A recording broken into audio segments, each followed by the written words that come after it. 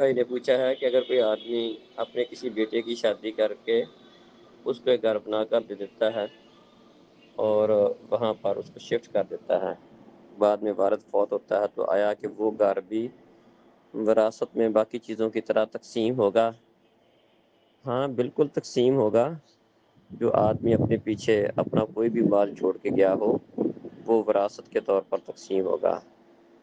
تو یہ گھر بھی اس آدمی کی وراثت ہے، لیکن ضرورت کے لیے اس نے اپنے ایک بیٹے کو دیا ہوا تھا، تو جب وہ آدمی فوت ہوگا تو جس طرح باقی مال تقسیم ہوگا یہ گھر بھی وراثت کے طور پر تقسیم ہوگا۔ ہاں اگر وہ چاہتا ہے کہ اس کو کر دوں تو پھر اس کو چاہیے کہ اپنے باقی بیٹوں کو بھی اسی طرح گھر بنا کر دے۔ سب کو دیا ہوا ہے، بیٹوں کو بیٹیوں کو بھی اپنی زندگی کے اندر اس نے جو وراثت کا جو روٹین ہے اس حساب سے اس نے اگر دنیا میں دیا ہوا ہے عدل کے ساتھ انصاف کے ساتھ سب کو دیا ہوا ہے تو پھر تو ٹھیک ہے، پھر تو کوئی مسئلہ نہیں ہے۔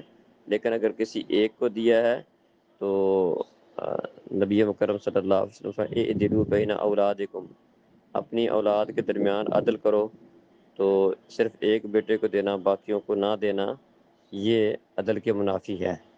تو یہ گھر اس کا اپنے قبضے میں لے لینا اور اپنے آپ کو اس کے ساتھ خاص سمجھ لینا یہ درست نہیں ہے۔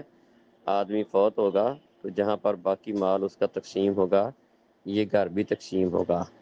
اگر اس نے سب بچوں کو اس طرح کے گھر بنا کے دیے ہیں تو پھر ظاہری بات اس میں کوئی مسئلہ نہیں ہے۔